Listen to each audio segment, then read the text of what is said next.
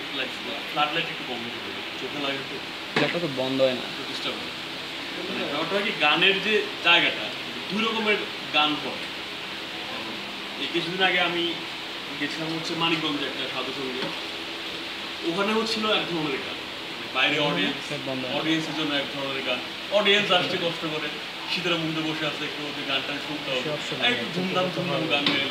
ওই আপনার যে একটু আগে যে গানটা গেলাম, শূন্যের উপর বস্তা করে ধন্য ধন্য বলি তারে, খাঁচার ভিতর অসীম পাখি কেমনি আসে যায়, এগুলো হচ্ছে অডিয়েন্সের গান, খুব কমন গান যেগুলো, যেগুলো মানুষ সবসময় শুনে। মানে মানুষের যে ধারণা হচ্ছে লালন মানে হচ্ছে একটা কয়েকটা গান, যেমন ধরেন জাত গেল বলে কি আজব কারখানা, তারপর হচ্ছে খাঁচার ভিতর অসীম পাখি, ধন্য ধন্য বলি তারে, এই হচ্ছে লালন। আর আসলে লালন দুই রকম, একটা হচ্ছে অডিয়েন্সের লালন, আরেকটা হচ্ছে সাধকদের লালন। আমি জানি না আসলে আমার কথাবার্তাগুলো কোন দিকে যাচ্ছে, মানে এখানে অনেক রকমের দর্শক, আমি বুঝতেছি না এখন কীভাবে কী দিব, কারণ আমি এরকমভাবে ঘরোয়া কোনো প্রোগ্রাম এখন পর্যন্ত করিনি, এই মানে অভিজ্ঞতাটা হয় নাই। তো অডিয়েন্সদেরকে এক ধরনের গান দিচ্ছি, আবার আমরা যারা ভেতরে ছিলাম, যারা সাধু সঙ্গে ছিলাম, তাদের জন্য ছিল হচ্ছে আরেক ধরনের গান। এটা রাত যত বাড়ে, রাতের সাথে ভাব যত বাড়ে, গানের ভাব যত বাড়ে, তখনই গানগুলো বের হয়ে আসে। এগুলা সাধারণ মানুষ খুব কমই জানে বা শোনে। তার বড় কারণ হচ্ছে কথা, কথার কোনো লিঙ্ক নেই, কথা একটা থেকে আরেকটাতে যায়, আরেকটা থেকে আরেকটাতে যায়, এক গানের পর আরেক গান, এক গানের কথার পিঠে আরেক কথা, আরেক গান। অডিয়েন্স যখন আমাকে বলে যে আপনি এই গানটা গান, তখন আমার নিজের মধ্যে অস্বস্তি হয়। আসলে আমি এই ধরনের একটা মানে অভ্যস্ত না, পরিচিত না, এখানে আমার একটু অস্বস্তি হয়।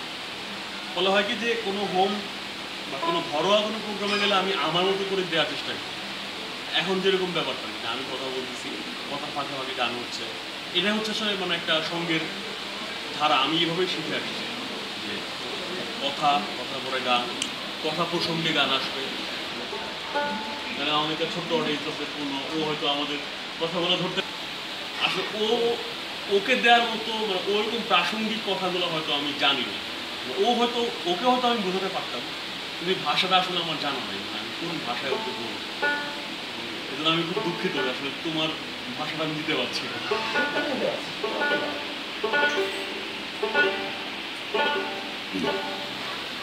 সবচেয়ে বড় যে জায়গাটা ফলো করে সেটা প্রেমের জায়গা, প্রেম থেকে যে গানগুলো আসে।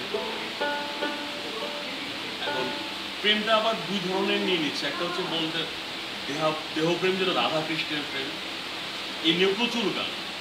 আপনি সিলেট এলাকায় যখন যাবেন, হাওড় এলাকায়, আপনি রাধা রমন, আব্দুল করিম, শীতল বসা, ওদের প্রচুর গান পাবেন যা হচ্ছে রাধা কৃষ্ণ কেন্দ্র। আবার একটু কুষ্টিয়ার দিকে যখন আপনি যাবেন, তখন গানগুলো হচ্ছে দেহভক্তি বা মানে আধ্যাত্মিক যেটা বলা, তো খুব সহজ গান নিয়ে বলি। রাধাকৃষ্ণের গান নিয়ে যখন একটা গান আসে, তখন দাদা রাধারমণের নামটাই আগে আসে, কারণ রাধারমণ রাধাকৃষ্ণের প্রচুর কাজ করেছে, মানে প্রচুর গান, ধামাইল থেকে শুরু করে তার নিজের গানগুলো পর্যন্ত।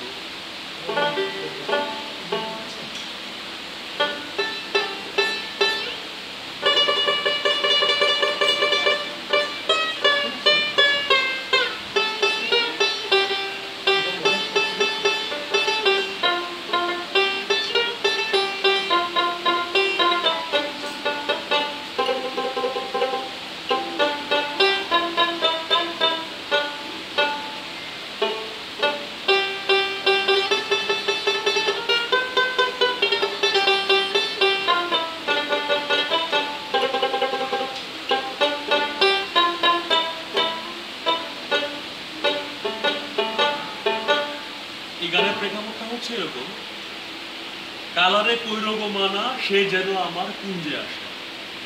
রাধা এবং কৃষ্ণের মধ্যে যে প্রেমটা বলা হয়, রাধা বলছে বড়াইকে যে তুমি কৃষ্ণকে মানা করে দিও, কেন আমার কুঞ্জে যেন না আসে। কেন আসবে না? কারণ সে অন্য কারো সাথে প্রেম করতেছে, এটা আমি জানি, এটা আমার কাছে প্রমাণ আছে। তো তুমি কিভাবে জানো তোমার কাছে প্রমাণ আছে? না, আমার বিশ্বাস। কিরকম বিশ্বাস? যে আমি তার মধ্যে অনেক কোনো লক্ষণ দেখছি। কুমকুমের দাগ তোমার অঙ্গে লেগেছে, গজবতী হাত তোমার অঙ্গে ঝুলেছে, ঢুলু ঢুলু আখি শাড়ি পরা দেখি, সিঁদুর আওড়ানো ব্যাপার। গত নিশি কোথা ছিল? তুমি গত নিশি কোথায় ছিলে এটা তুমি কিন্তু আমারে বলো না। আচ্ছা ঠিক আছে, বলো। এই জন্য তুমি আমার কাছে আর আসতে পারো। আমি রাধা তো আর কৃষ্ণকে বলতে পারছি না তুমি কালকে থেকে আমার কুঞ্জে আসবে। তো রাধা বলতেছে কি হবে? কালারে কইর গো মানা সে যেন আমার কুঞ্জে আসে না। কালা যেন কালকে আজকে থেকে আমার বাসায় না আসে, আমার বাড়িতে না আসে, আমার কুঞ্জে না আসে। কেন? সে আমার সাথে ছেনালি করবে। কিরকম ছেনালি? সে যে কার কুঞ্জেতে পোহায় নিশি, আমায় করে সে বঞ্চনা, সে যেন আমার কুঞ্জে আসে না। এর জন্য আমি কত কষ্ট করতেছি। আমি একে এত মন প্রাণ দিয়ে ভালোবাসি, আমি এর এভাবে চাই আমার যেন সে আমার সমস্ত সত্তা জুড়ে আমার জীবন জুড়ে। কিন্তু সে কি করে? আমার এখানে সে গতকালকে আসে, জ্বালাইয়া মোমের বাতি জায়গা রইলা সারা রাতি, বাসি হইল সুরের বিছানা, আমি মরমে জ্বলিয়া মরি, মরমে জ্বলিয়া মরি, নিঠুর শ্যাম কি বোঝে না সে